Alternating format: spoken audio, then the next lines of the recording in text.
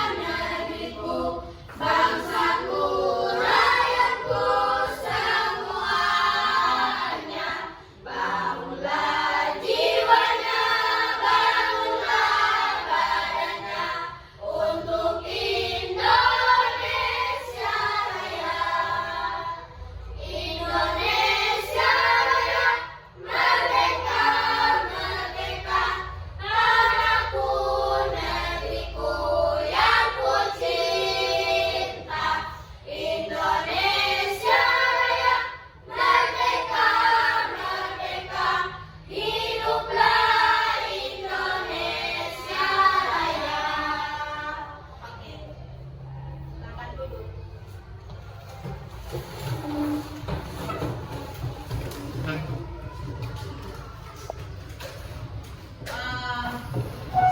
ibu mulai pembelajaran, kami lihat ini sudah tidak semangat lagi pagi-pagi.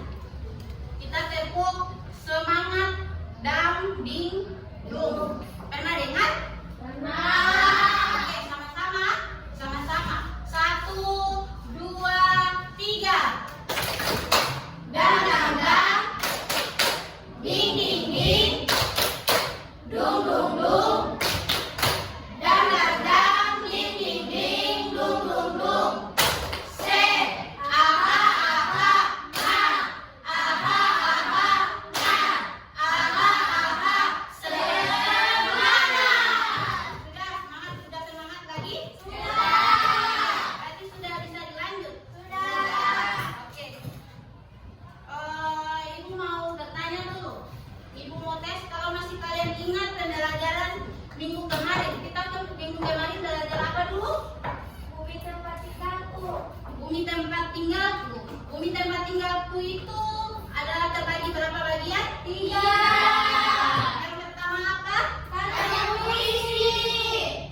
Apa? Karya puisi. Karya puisi. Yang kedua apa? Karya pantun. Karya pantun. Yang ketiga, parafrasa karya puisi menjadi karya prosa. Nah, di antara 3 itu, ibu mau tes kalau karya puisi itu kira-kira apa? Saya bisa jawab, silakan angkat tangan.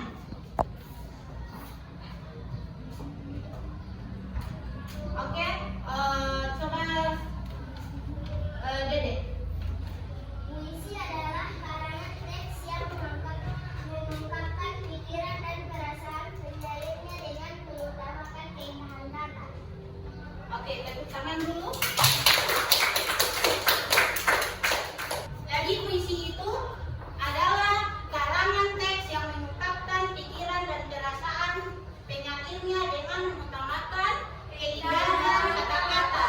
Jadi dalam puisi itu kita dapat menyampaikan rasa kerinduan, kegelisahan atau pengagungan yang kami ungkapkan dalam bahasa yang indah. Selain itu juga kalau biasanya membaca puisi itu harus pakai gerakan apa? Atau tubuh. Tidak mungkin kan kita membaca puisi cuma pakai suara kan, harus ada gerakan tubuh supaya kelihatan indah. Oke. Kira-kira adik pernah membaca cerpen? Benar. Cerpen itu apa? Cerita pendek. Cerita pendek. Cerita pendek. Ya, cerpen itu cerita pendek. Singkatan dari cerita pendek, yaitu sebuah karya sastra berbentuk prosa yang memiliki jumlah kata yang lebih sedikit dibanding dengan novel. Cerpen biasanya memiliki satu tema, satu konflik, dan satu klimaks. Cerpen juga memiliki beberapa karakter. Yang pertama itu ada jumlah kata yang terbatas, biasanya dia memiliki 1000 hingga 2000 kata. Yang kedua itu dia juga memiliki satu tema atau ide utama. Jadi dia bebas dia menggunakan tema apa saja. Nanti sebentar ibu jelaskan. Yang ketiga satu konflik atau masalah utama.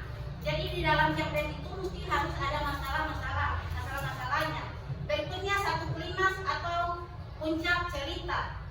Selanjutnya karakter yang terbatas jumlahnya, sehingga setting atau latar yang sederhana. Jadi cerpen sering digunakan sebagai sarana untuk mengungkapkan ide, perasaan atau pengalaman penulis. Jadi kalau kamu mau buat sebuah cerita pendek, terserah kamu mau pakai lingkungan, tema lingkungan bisa, pendidikan bisa, bebas, terserah kamu, atau tentang apa yang terjadi di kehidupan kamu. Oke, kita lanjut. ini contoh sampul dari cerpen, cerita pendek. Karena kalian lihat ini timun mas dan raksasa. Pernah? Masa tidak pernah?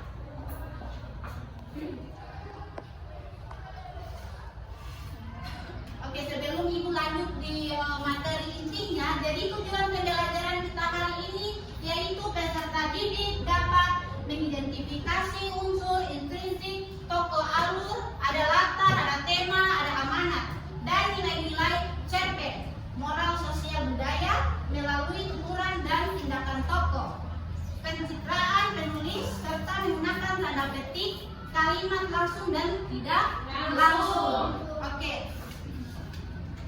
Nah, di sini kan minggu kemarin kita masuk di pembelajaran puisi yaitu bab berapa dulu? 7. Iya, bab 7. Jadi hari ini kita masuk di bab 8 yaitu menjelajahi antariksa. Iya, di sini bab 8 ini menjelajahi antariksa ini ada terbagi menjadi 6 bagian. Yang pertama unsur intrinsik cerpen, yang kedua apa? Nilai-nilai dalam cerpen. Baru? Yang keempat, Kaitan antara peristiwa dalam cerpen dan makna. yang terakhir, Menulis cerpen dan bermain peran. jadi ada lima bagian di menjelajahi antariksa. Tapi hari ini ibu akan ajarkan sama kalian bagian 1 yaitu A, unsur intrinsik cerpen. Nanti minggu berikutnya baru kita belajar lagi yang 4 bagian ini sampai kita bermain peran. Oke? Oke, kita mulai ya. Ini A, unsur intrinsik cerpen. Seperti yang pertama ibu jelaskan tadi, cerita pendek atau cerpen adalah salah satu jenis karya sastra yang berbentuk prosa fisik atau berdasarkan imajinasi penulis. Biasanya di cerpen itu, di dalam cerpen itu biasanya ada apa-apa saja? Ada tema, tokoh-tokohan, latar, alur, pemahaman, cerita, dan sebagainya. Oke, jadi ada terdapat tuturan tokoh, ada tindakan tokoh, dan penceritaan penulis tentang suatu peristiwa. Jadi sebentar ada 3 cerpen yang akan ibu bagikan sama kalian dan 1 video. Nanti kita bedakan cerpen pertama dengan cerpen kedua itu apa perbedaannya, oke? Nah, di sini ibu bagikan cerpen yang berjudul Bulan yang Merasa Paling Hebat. Nanti kalian baca, nanti ibu jelaskan satu persatu sebentar.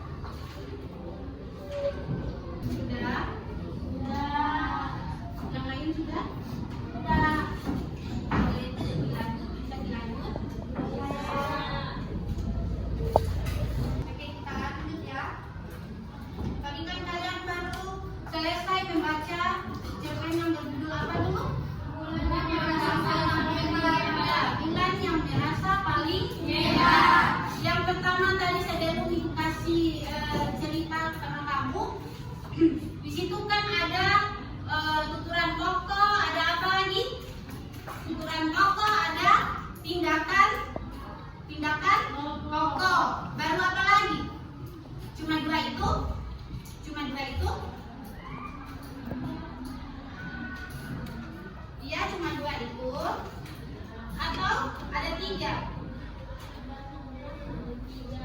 Tindakan tokoh, baru ada tuturan tokoh dan penceritaan penulis.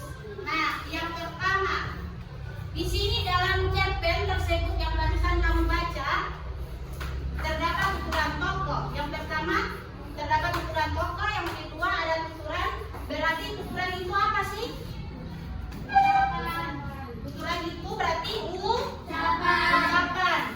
Nah, di dalam teks tertulis tuturan berbentuk kalimat langsung yang ditandai tanda petik. Kira-kira yang ibu bagikan itu ada tanda petik. Kalian tahu apa itu tanda petik? Seperti apa? Yang seperti apa itu tanda petik? Yang ada garis 2 di atas. Contoh ini ya, ini kan kalimatnya ada tanda petik begitu. Ada kan di situ yang sudah bagikan? Ada. Itu kalimat langsung. Kalimat langsung yang ditandai tanda petik. Contohnya seperti ini. Ini. Aku tidak akan beristirahat. Kira-kira ada di situ? Ada. Ada atau tidak ada? Ada. Jadi yang bertanda petik di atas itu adalah kalimat langsung. Oke, kita lanjut. Selain tuturan tokoh, terdapat juga tindakan tokoh dan penceritaan penulis dalam cerpen yang kalian baru baca. Contohnya, tindakan tokoh itu seperti apa? Seperti yang ini di depan, coba perhatikan. Matahari bersiap-siap menampakkan dirinya. Ada? Ada. Iya, ada di cerpen yang ibu barusan bagikan sama kalian.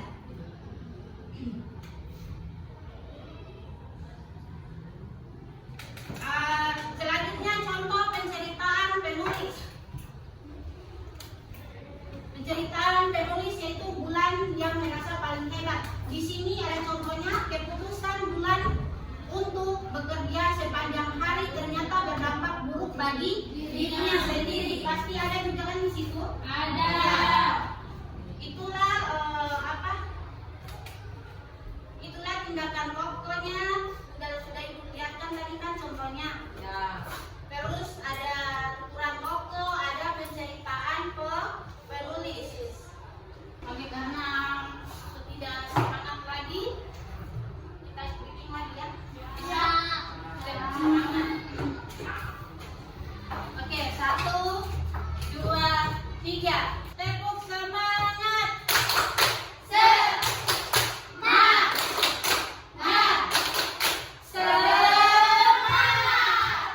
Oke, kita lanjutkan materi yang tadi ya.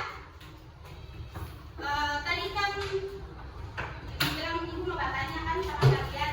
Ya. Apakah ada yang di sini tahu apa itu unsur intrinsik cerpen? Coba angkat tangan.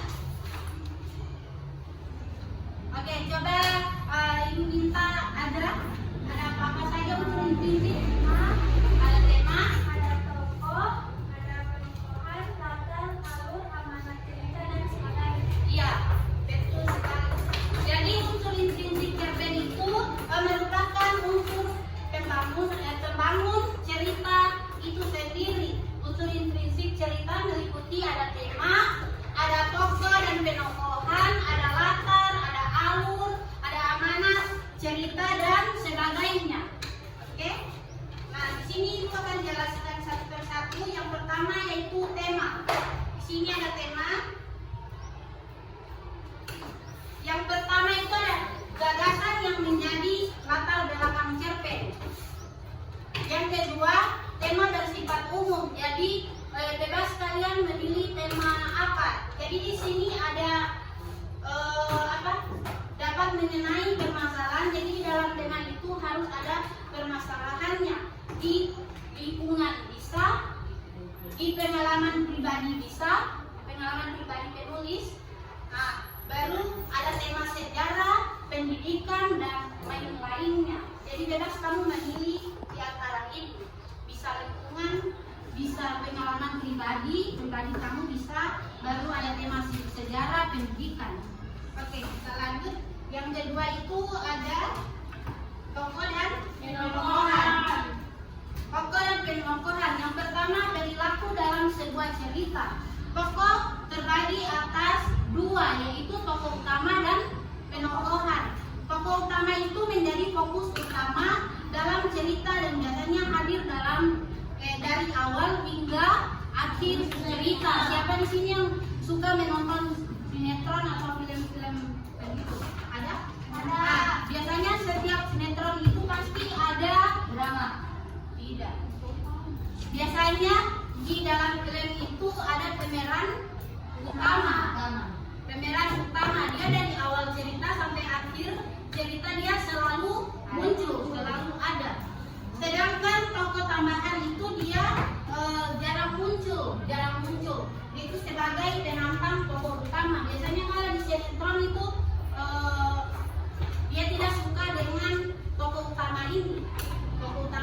Dia selalu mencari masalah supaya tokoh utama ini dibenci oleh orang lain.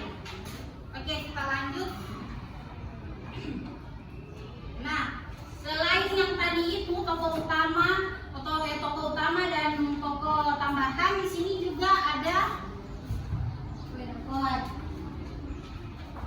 penokohan merupakan watak, sifat atau karakter tokoh yang terdapat dalam cerita.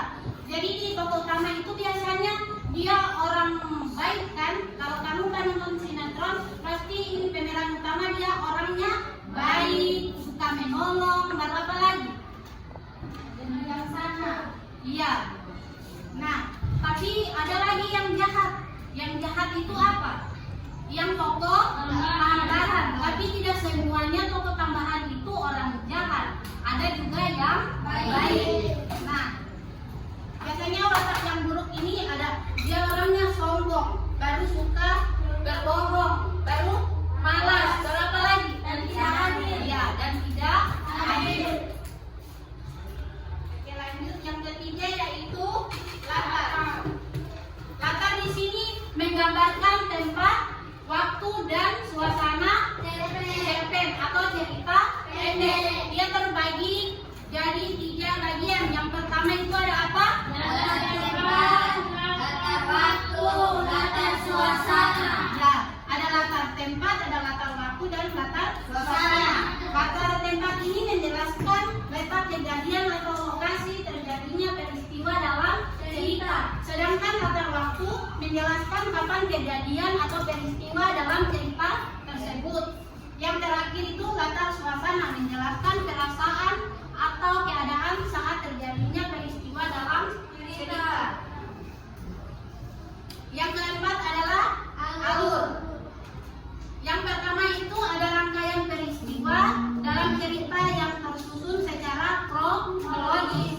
Berikut ada juga jenis-jenis alur ceritanya. Di sini ada 3. Yang pertama itu alur maju, disajikan sesuai dengan urutan waktu dari awal ke akhir. Yang kedua itu alur mundur. Kalau alur mundur itu dia bagaimana? Dari belakang ke depan. Iya, dari belakang ke depan. Jadi dimulai dari akhir cerita ke awal cerita. Sedangkan alur campuran dia merupakan gabungan antara alur maju dan alur mundur. Jadi dia bisa diambil dari belakang, bisa diambil dari awal, bisa juga diambil dari pertengahan. Itu alur campuran. Yang kelima, amanat. Amanat di sini pesan moral yang ini disampaikan oleh penulis kepada pembaca melalui cerita pendek atau cerpen. Contoh amanatnya itu di sini saling membantu orang lain yang mengalami kesulitan, kebaikan akan berbuah manis. Salinglah membantu orang lain yang mengalami kesulitan, kebaikan akan selalu berbuah manis. Siapa di sini yang suka membantu orang lain, membantu teman-teman di dalam kelas ada? Dan terpaksa kan? Tidak.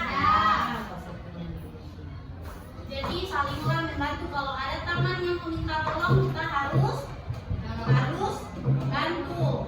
Oke? Nah, sebelum ibu lanjut di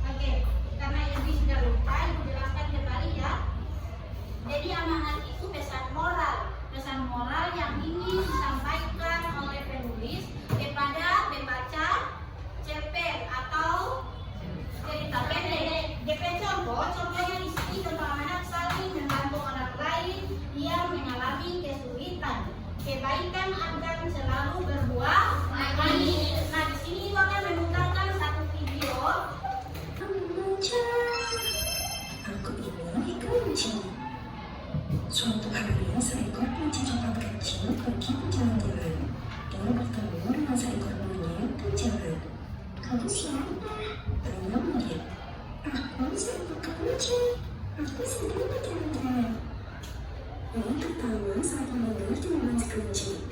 Masa kau itu memandang mata karena kau coklat sepertiku. Kau tidak tahu mata kelinci? Kelinci itu kemudian, karena dia tetap berjalan. Lalu kemudian dia bertemu seekor tupai. Lalu kita memanjat pohon yang bersama, ajak tupai. Kelinci suka takut dengan memanjat pohon. Jawab kelinci. Tapi kan cakap seperti tupai. Ujar tupai sambil tertawa. Kelinci semakin marah dan terus berjalan. Kali ini kelinci bertemu tikus. Tikus itu juga tidak percaya bahwa dia adalah seekor kelinci. Lihatlah diriku, lihat kemana kakiku, ujar kelinci. Aku tak percaya, kamu tak coklat, jadi kamu tak tikus. Aku kelinci, ujar tikus. Si kelinci menangis sedih dan bingung. Apakah dia masih berupa seekor kelinci? Muncul jalan, kelinci melihat seekor lembar tua. Lembar itu sangat rendah sampai ia hanya bisa berjalan dengan waktu untuknya. Lembar itu benar-benar untuk beristirahat di bawah pohon. Kelinci menatapnya dan berkata, lembar selamat untuknya. Anak menjawab, ya kelinci, aku tua dan aku jadi lembar. Kelinci terkejut. Mana aku tahu sama kelinci? Ya, aku tahu. Aku lembar, tapi aku tetap sama lembar. Kau coklat, tapi kau tetap sama kelinci. Ujar Langga. Sekarang kelinci merasa sangat senang, dan ia melanjutkan perjalanannya dengan penuh rasa percaya diri bahwa ia memang seorang kelinci. Oke, sudah dilihat kan videonya? Di situ ada, di cerita pendek itu ada apa saja? Yang pertama ada tema, baru apa lagi? Ada tokoh, Iya, ada tokoh dan penokohan baru. Terus, oke, kita mulai dari tema. Kalau tema kamu lihat dari video tadi itu tema apa? Tema lingkungan kah? Atau tema sejarah? Atau tema pendidikan atau apa? lingkungan, Ya, lingkungan. Karena tadi di video kan di hutan kan? Jadi temanya adalah lingkungan. Sedangkan tokoh dan penokohannya, tokoh utama di situ siapa? Iya, kelinci. Kalau tokoh tambahannya ada siapa-siapa saja di dalam video? Tikus, ada tikus, ada monyet, ada tupai.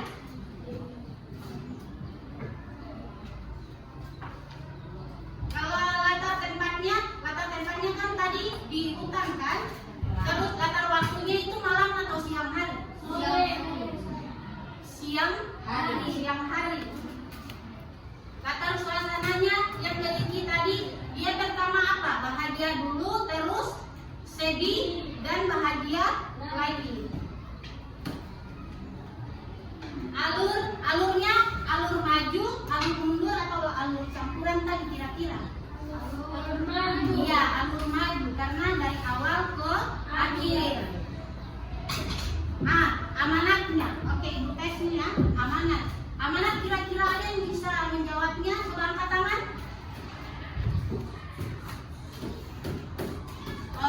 Coba Edi bisa dijawab?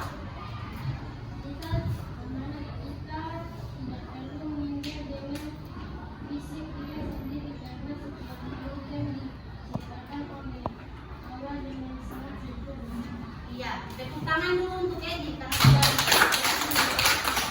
Oke, jadi kan tadi di video tadi kita lihat dari pertama si kelinci kan bahagia, terus ketemu sama si monyet. Tapi monyet itu tidak percaya kalau dia kelinci karena dia tidak bisa memanjat pohon. Terus dia ketemu lagi dengan tupai. Tapi tupai tidak percaya karena apa? Iya, tidak bisa memanjat dan warnanya sama-sama coklat dengan tupai. Terus dia melihat ada landak duduk di bawah pohon. Terus si kelinci ini ketemu dengan si landak. Terus si kelinci ini bertanya sama si landak, saya ini siapa? Terus landaknya menjawab apa tadi? Iya, kelinci. Baru kelinci bilang, kenapa landak? Berjalanmu lambat sekali.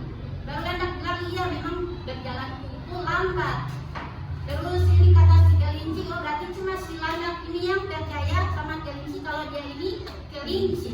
Yang tidak percaya dia itu kelinci siapa? Si monyet dengan si tupai. Oke. Jadi amanatnya itu kita tidak perlu minder. Apapun keadaan fisik kita harus percaya diri. Seperti itu kan yang disampaikan Edi tadi barusan. Iya. Oke. Kita lanjut ya. Di sini ada apa? Ada cerita pendek yang Ibu akan bagikan. Yang kedua, nanti kita akan bedakan cerpen yang pertama tadi dengan cerpen yang kedua, apa perbedaannya.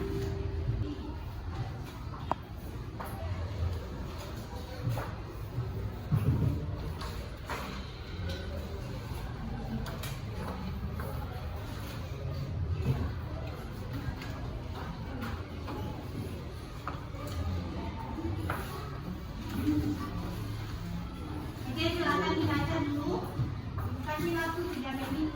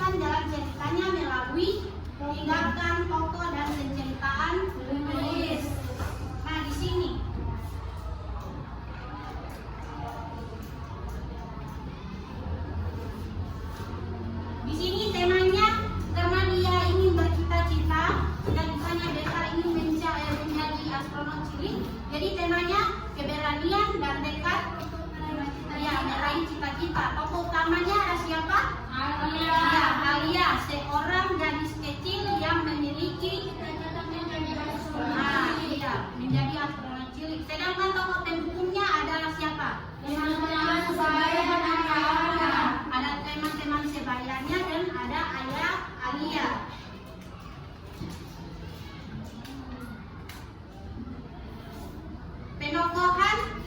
Penokohan ada 3 di sini. Yang pertama, Alia digambarkan sebagai gadis yang penuh semangat, tekad dan percaya diri. Jadi dia percaya diri. Pokoknya dia harus menjadi astronot cilik. Tidak ada alasan apapun. Yang kedua, teman-teman sebaya Alia digambarkan memiliki watak yang buruk karena senang mendapatkan cita-cita Alia. Jadi teman-temannya itu tidak percaya kalau Alia menjadi astronot cilik. Makanya teman-temannya menolaknya. Yang terakhir, ayah Alia adalah tokoh yang mendukung dan menginspirasi Alia. Pokoknya apa yang Alia buat, ayahnya selalu mendukung. Selanjutnya, latar tempatnya tadi di mana? Kamu udah baca, ada sekolah, dan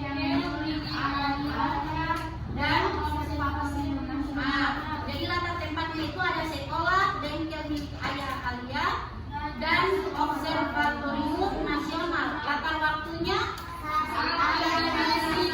saat Alia kelas 5. Latar suasananya antusias, semangat, dan gembira.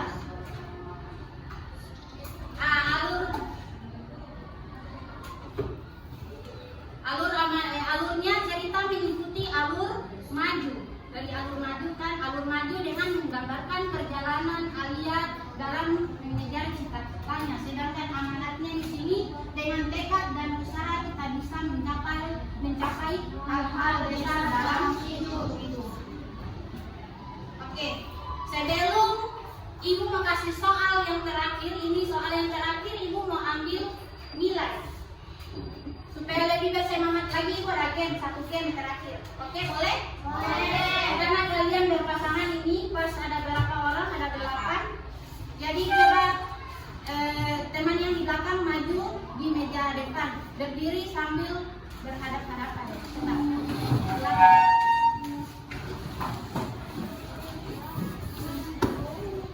Oke, si siapa? Dede dengan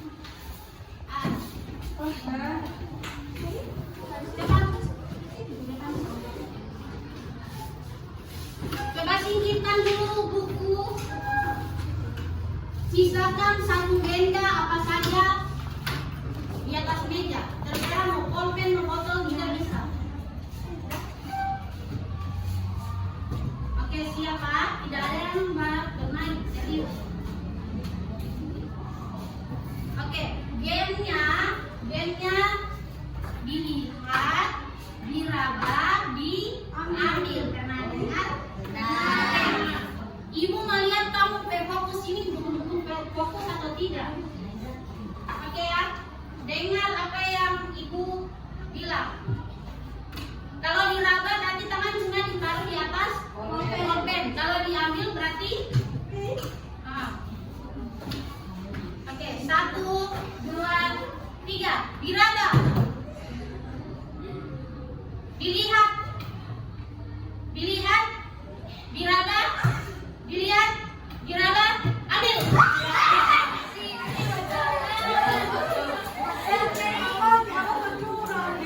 Oke, supaya ada yang kurang fokus, ulang satu kali lagi. Oke, 1 kali lagi ya. Dilihat. Diraba. Dilihat. Diraba. Dilihat. Ambil. Ada beberapa orang di sini yang fokus. Masa sekali lagi mau? Oke, 1 kali lagi ya. Fokus sambil dengar apa yang dibilang. Oke. 1, 2, 3. Diraba. Dilihat. Ambil.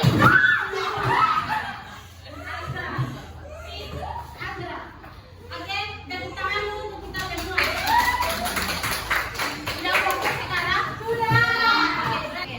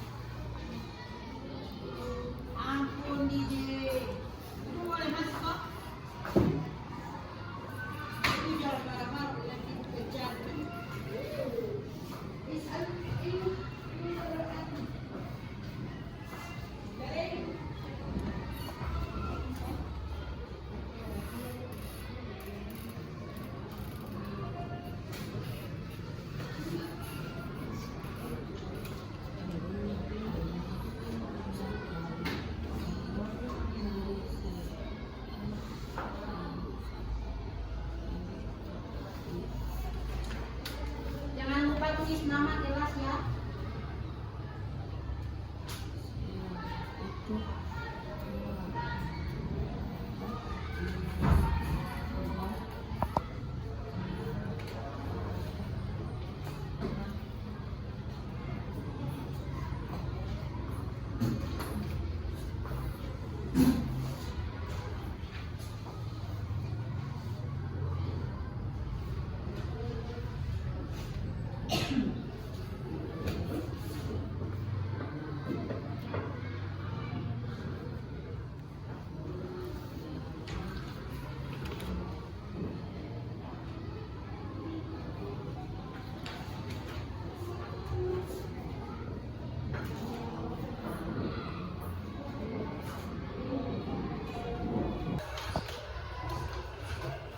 Oke, sudah selesai semua tugasnya? Ya, nanti tugas yang tadi itu kamu buat, nanti ibu periksa ya. Kasih nilai. Sebelum ibu rangkum keseluruhan dari pertama sampai akhir, apakah masih ada pertanyaan? Ada atau tidak ada? Belum ada. Ya. Kira-kira apa saja yang kita belajarkan dari awal sampai akhir tadi? Ada apa-apa saja? Yang pertama, unsur ciri cerpen. Terus ada apa lagi? Yang unsur intrinsik cerpen itu ada apa-apa? Ada tema, baru ada tokoh,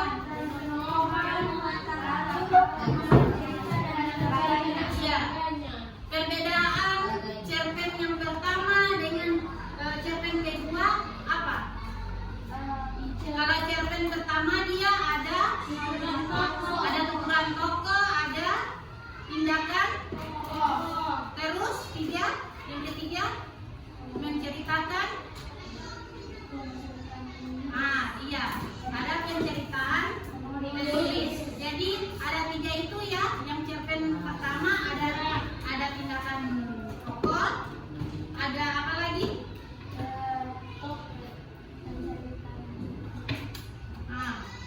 Terus sudah lupa. Ada tuturan tokoh, ada tindakan tokoh, ada penceritaan penulis. Jadi 3 itu. Terus tes ya. Kalau kamu masih ingat kan? Tema itu apa tadi? Tema itu apa tadi? Judul cerita. Ya, judul cerpen. Oke. Jadi yang kita belajarkan tadi ada unsur cerpen, yaitu cerita pendek atau salah satu jenis karya sastra yang berbentuk prosa fiksi berdasarkan imajinasi penulis. Terus yang unsur intrinsik cerpen di situ ada tema, ada tokoh dan penokohan, ada latar, terus alur dan amatan. Iya, dan sebagainya. Sedangkan yang cerpen kedua tadi, perbedaan cerpen pertama dan kedua, yang kedua dia cuma ada tindakan tokoh. Sedangkan cerpen yang pertama dia ada semua, di 3 itu dia semua ada. Kalau cerpen kedua dia cuma ada 2, tindakan tokoh dengan penceritaan penulis. Iya. Oke. Nanti yang kita belajarkan hari ini, nanti belajar lagi di rumah ya, supaya kalian tidak lupa. Insya Allah minggu depan kita akan lanjutkan materi tadi. Ada 5 bagian. Ada 5 bagian, yaitu yang pertama ada unsur intrinsik cerpen. Yang kedua ada nilai-nilai dalam cerpen. Yang ketiga ada kaitan antara peristiwa dalam cerpen dan pengalaman pribadi.